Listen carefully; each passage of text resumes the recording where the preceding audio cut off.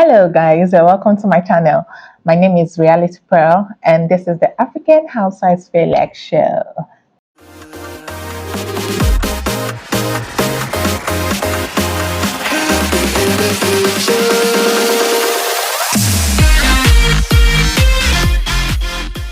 Welcome back to my channel and thank you for liking my videos and subscribing.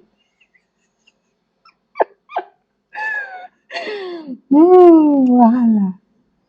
Welcome back to my channel. On the African Housewives Select Show, I'll be reviewing The Real Housewives and your other favorite TV shows. Please make sure you subscribe and stay tuned for all of my videos, okay? This week, of course, we got to see a little bit more of the women. We got to see some friendships that were beginning to form. Some people like Tiana already had an existing relationship with some of her castmates, so we got to see how that also developed. But more importantly, we saw new friendships starting up. One of them was Caroline and Chioma's friendship, or sis-mans. So episode 2 started off with Laura and Tiana. Laura went to Tiana's boutique to pick up some clothes, and at the same time we also saw Chioma and Caroline having a yoga session. So we were being shown this and that, almost at the same time. Tiana started with telling Laura, girl, like, what's wrong with you? Why have you been, why were you like so into your shell? Tell me what the problem is, because obviously there is a problem. And, a lot of the girls are already saying you're, using the B word, and you're not even trying to help the matter. So what is the problem?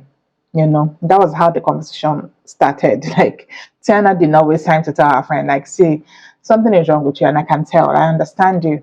What's the problem, okay? And on the flip side, Chioma and her friend Caroline were doing the namaste. I must applaud Chioma's flexibility. She said, you can't be my friend and not be fit. It's not even possible. You can also tell that fitness is her thing, because also you'll see her later on doing like a jogging thing with earbuds. So we can call her the fitness bee. I'm going to talk about Chioma and Caroline's scene, and then I'll move over to Tony and Laura's scene. So Caroline and Chioma are talking about the past events, Tiana's events. And Chioma was like, girl, how did that go for you? Carol was like, I'm not happy that I was not properly informed, about the event itself, and also about the people that were going to be present at the event. It sort of took her unawares. That's what she was trying to say. We've heard it, that you've said it over and over again, that none of the ladies actually knew who was going to be on the show. So Tony's event was sort of like the unveiling. So they got to meet themselves for the first time as the Real Housewives of Lagos on that set. So Caroline was like, she wasn't really feeling the kind of people that were present, even though she didn't mention names. But of course, we got to later on find out that she was talking about Yabo and Tiana and possibly Laura. She was like, she doesn't understand that one. Like, she was always on her drink. She was just sipping and sipping and sipping, not necessarily, being part of the discussion that was going on around her. Chioma was like, yeah, she agrees. It was totally rude. The fact that they know Laura to some extent from her Instagram. She's a very bubbly, full of life personality on Instagram, always dancing and laughing and jumping. But the Laura that they met was totally the opposite of who they thought she was going to be. So Chioma was kind of saying, what is it with her? Because it could just be that she was finding it difficult to warm up to the ladies, and she was just taking her time to sort of come out of her shell. It could be that. It could also be that she was just being outrightly rude. Which is it? Because Chioma was like, I did not expect that from her. And it was totally unpleasant. They both agreed on, that, and, the fact that they didn't know what Laura was on about. They sort of like made a pact to say they won't let, other people's negative attitude get to them. Basically, what they were saying was that they will be polite and civil with everybody, but gravitate towards people that are being positive. They use like positive vibes only. Moving on back to Tiana and Laura. Laura, even before Tony was like, "Girl, I have something to tell you." Laura was already like, "I know, like, oh, I know what she's about to say. I already know that," and it was very deliberate. How do you step into new territory and you're deliberate about giving bad vibes? So Laura, when Tony was going on and on about like what's wrong with you, what's the problem? I understand you. We are both Pisces. Like I know when something is up with you. Laura wasn't even talking. She was just smiling. And in her confessional, she was like, I can hear Tony. I can hear Tony talk. Tiana just went ahead to say, like, what's the problem? She was like being very direct at this point. Do you have a problem with Caroline? So no, I don't have a problem with Caroline. So do you have a problem with Shoma? Who do you have a problem with? Tell me. And Laura, in the usual Laura fashion, was like, I don't have a problem with anybody. But you know what? Next time, tell me that Caroline is coming. Next time, tell me that Shoma is coming. Next time, tell me that these people are coming. Like, I was not feeling the crowd. Yeah, she said the truth. That's it. Let's end it. Of course, it didn't end there. Just before she left, Tiana was like, hey, I hope you're coming for a Apple trip. Oh. Please come. Oh. I need someone to be there for me. Oh. I need someone that I'll be gossiping with. Laura said, hey, Yabo is not your friend. Yabo is your friend now. She was going to be there. Tiana just wanted her to come. It wasn't necessarily because of anything. Tiana just wanted her to like be well integrated with the ladies. I mean, it's not just common sense. Why would you want to stand out? Why?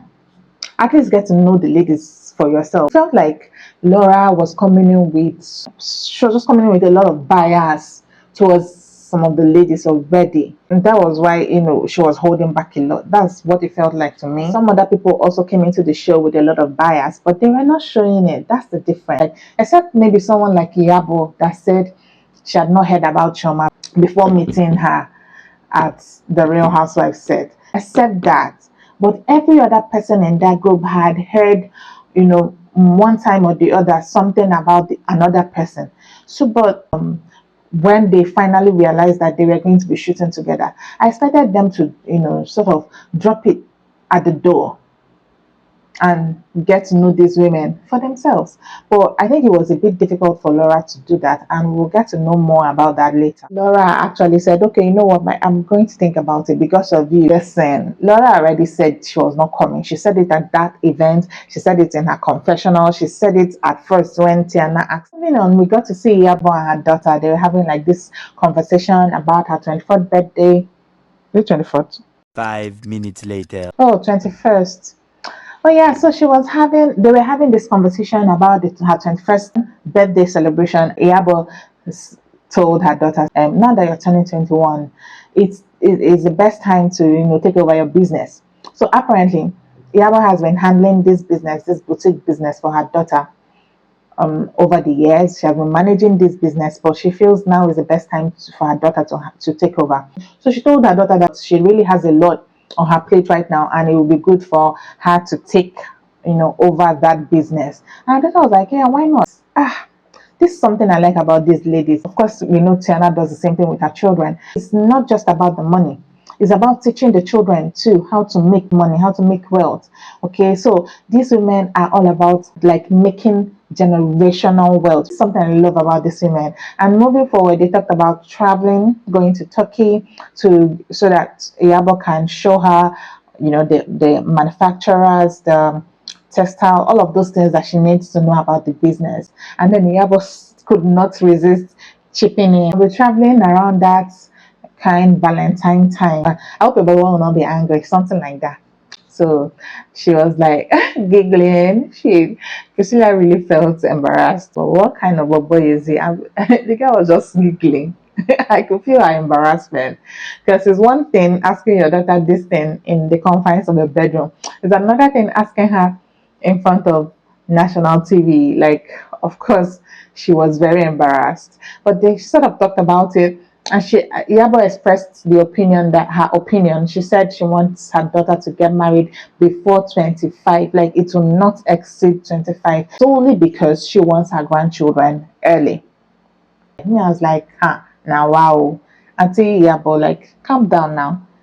Even like for the fact that Yabo married very early, I felt that it should have made her, be of the opinion that, see, take your time. Everything will happen at its own time. Like, take your time. There's no rush. The day finally comes, the day for the girls' trip, and Yabo got a party bus for the ladies to ride to the jetty where they would take their boat. Anyway, the party bus was supposed to pick them all from the houses, but Tiana came to Yabo's house and joined her from there. So Tiana was like, "Oh, let me even call Laura and check up, like find out what's up with her." I'm sure obviously they know she's not coming, but for some reason Tiana still wants to call Laura. Like, please now, you should leave this Laura's issue alone. But anyway, Tiana called Laura, and Tiana was like, "Where are you? Are you still coming for the trip?" And Laura was like, "What? What are you talking about? What trip? Is it today?" But nobody told me now. While they're making the call, Yaba was just making faces. Tiana jokingly told her, like, "See, Laura, the battle line has been drawn. We're going to have fun and you're not going to be part of it. Okay, so choke on it." Meanwhile, Yaba was still making her faces, and confession, like, who cares? It's like, seriously. I feel like this is not enough to beef somebody over. You invite someone and she says, "No, I can't come."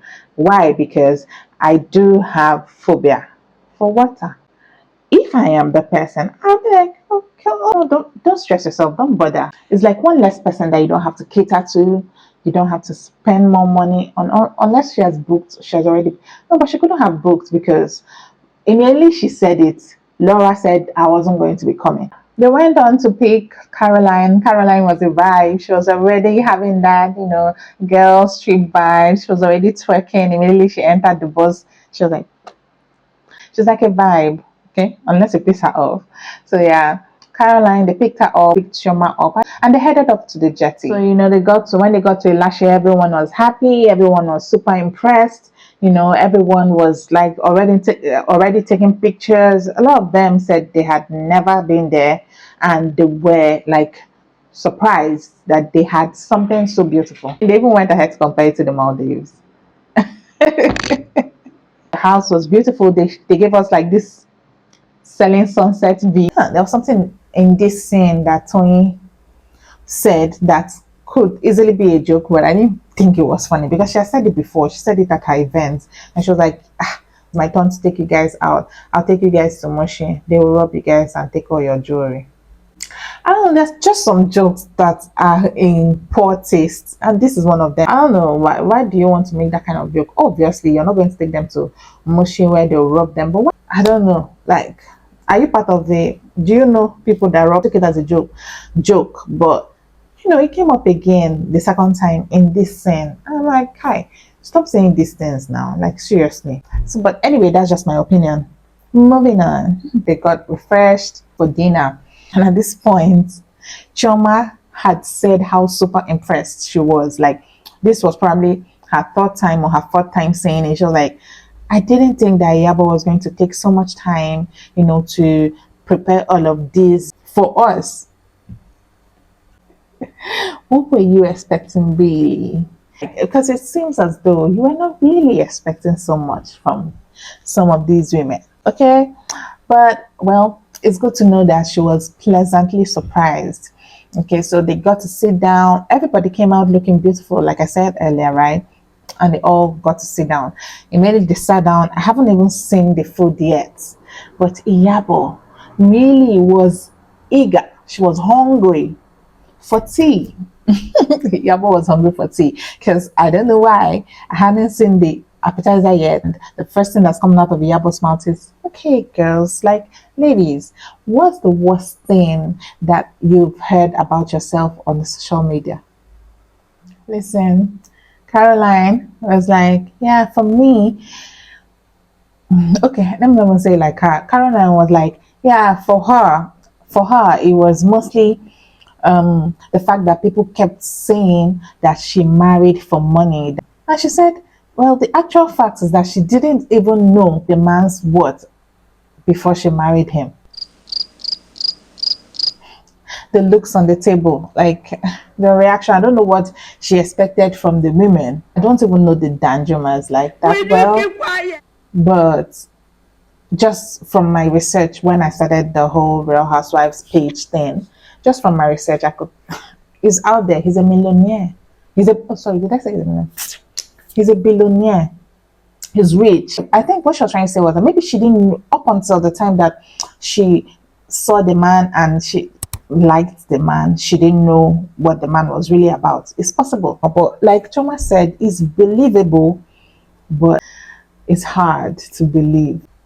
It's believable that she didn't know this man's worth when she first met the man. But afterwards, girl, you should have known. And we didn't really get to know what the other women had to say about their own experiences, because it was at this point that Tiana decided that her chair was so uncomfortable, so tiny for her. So she stood up and was like, "Oh, I need to transform this dress." So Choma helped her remove that layer of the dress, and it was so beautiful. The gown was so beautiful, and truthfully, like Choma rightly said, if I were her, I wouldn't even bother wearing that other one. But you know, Tiana, she loves her transformer dresses. That's what she calls them. So I mean, for Tiana, that moment was the moment, to show the world what she's about. Wanted us like get up close and personal to know, like, this is what Tiana really does. So they moved on to other topics, and Caroline was like, "What's your ideal man?" Jama said, "Oh, she loves a God-fearing, supportive, family-oriented." Caroline is like, God-fearing is good, but I would like a spiritual man, like not just religious, but a spiritual man. And that's it. But she also added, like, I will not marry a Joseph. I don't understand how these two statements connect. I understand how, she prefers a spiritual man to a religious man. Yeah, I understand that. What she mean? I will not marry a Joseph. So I think she meant like I won't marry a dreamer. Okay, I think she also said, she added something like, I will not eat potential. And so he was like, listen, out of everything that you've just said now, the only thing I'm hearing is money. How is it that you don't like that people say you married for money? But at every given opportunity, you're talking about how, you love this, you love that, you can't marry Joseph. You love money. Okay, you love money, so you own it to your full chest, right? Moving forward, after the dinner, they all went to Chama's room and they were gisting and bonding, getting to know themselves even more. And also, it was, they had like pools in front of each room, so they all decided to swim, and also show off their bikini bodies, because it's also very important. Moving on. The next morning, they all got ready, dressed for brunch. So yeah, they wore a lot of things I felt was appropriate for them. Funny enough, they all appeared looking very different, but child, that's not my business anyways. So the food arrived, they prayed over the food, finished praying. Choma quickly added, "God, please let there be no fight, no drama in the name of Jesus." Then I was like, see, these people are saying no fight, no drama. They are the ones that are going to start the drama. And Laura is not even here. So when Laura comes, we'll find out if there will be no fight, no drama. When they started eating, Tiana was like, I miss Laura. I wish she was here. Caroline said, why are you wishing for someone that doesn't want to be here? And I was like, so who told you she doesn't want to be here? It's these little things that show us that there was actually like background stuff going on that we didn't know about. Because yeah, that little back and forth there was a little bit aggressive. What did we know? We didn't know anything at this point, right? So Caroline, that woman, she amazes me. Like, she's a good actress. Because I even called her this morning. She was like, oh, does she miss us? Should we call her? Should we make a video call? I'm so sure that Caroline didn't mean any of those things. She didn't mean that. I think that she will do well if she goes back to that acting thing. I think she has even gone back. Moving on. After the brunch, they went on for a dance fitness thing. I'm not even going to like talk much about that. After the dance, where they decided to play a game, Iyabo had this game all planned out. She she I don't even know how she manufactured this game. I have never heard of the game before. So apparently the game was all about like you have to whisper something to someone and the person will guess who you're talking about, and if the person doesn't guess correctly, then they have to drink. Oh, I think I've seen something similar in Big Brother. Yeah, I think I've seen something similar in Big Brother. So yeah, that was what the game about. Oh, these women, like, they like to play games, and most times when they start out these games, it usually turns out very messy. It usually turns out like very what do they call it, shady. Yeah, it usually becomes very shady. So they started, it was all fun and games, but Tiana was like, I'm not sure I like this game. I don't understand where it's go, like, I don't know what this game is all about. One of the rules was that nobody was exempted, so even those people that are not here, I mean, it was only Laura that was not present. Hey, see how trouble they sleep younger the weaker. So they started the game. Some of the questions that were asked were like, who is the biggest bee? Who is the liar in the group? Questions like that. And it was all fun. It was, I think they were just mentioning random names, but it was mostly Caroline's name that they were mentioning. And she was laughing. She was just having fun. Okay, everybody was having fun. So I think it got shady when Choma asked Yabo, who is not as smart as they think they are. And Yabo said Laura. And I mean, everybody was like, oh my God. For me, though, I think that is enough to spark some problems, because when it gets back to Laura, it's not going to get back to Laura as the way it actually happened. This is like a recipe for disaster, right? Another question, and this time around, it was Tony's turn to like give an answer to the question. So Tony started saying things like, "Who is a liar? Who is a snob? Who pretends to have what they do not have?" At this point, all of them were laughing, and it was serious, like funny. At this point, Choma was like, is that what you think about your friend? She was like, no, I'm just trying to like get in your head, like trying to think of what you guys would say about Laura. I would have just stopped there, because going ahead to say who pretends to have what they do not have, it seems as though she was maybe saying that, yeah, maybe that's who Laura is. But I understand where Tony was coming from, even though it didn't look good.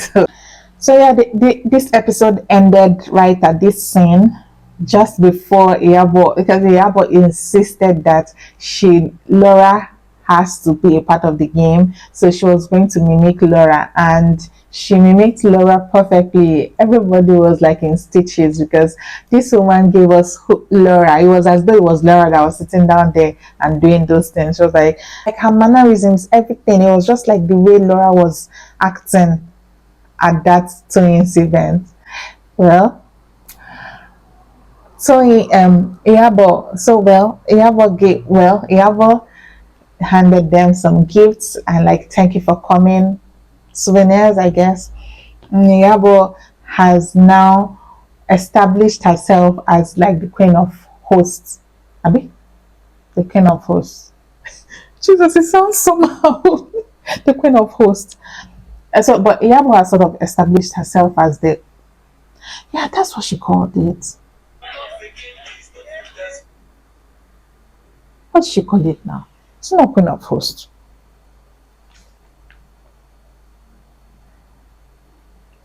Maybe not, but based on my flexibility, very possible. Private stripper. VIP corner.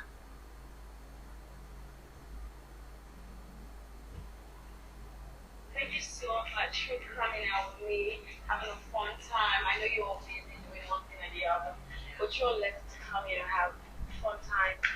I really appreciate you staying with me. Love you all, and I'm so happy. I have a little gift.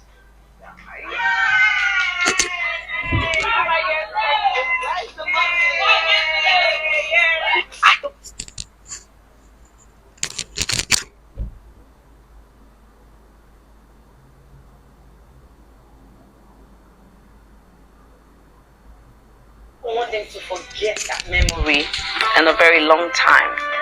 The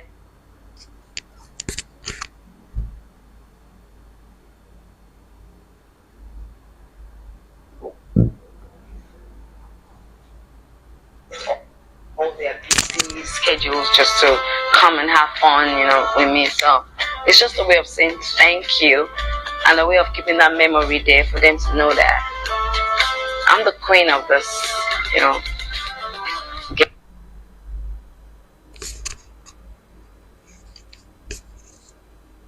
get ready.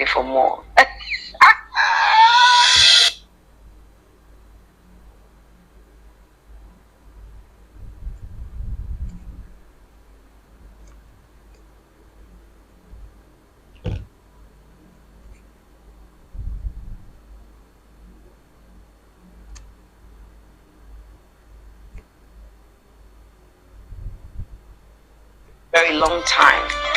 They left all their busy schedules just to come and have fun, with me. So it's just a way of saying thank you and a way of keeping that memory there for them to know that I'm the queen of this, Get ready for more.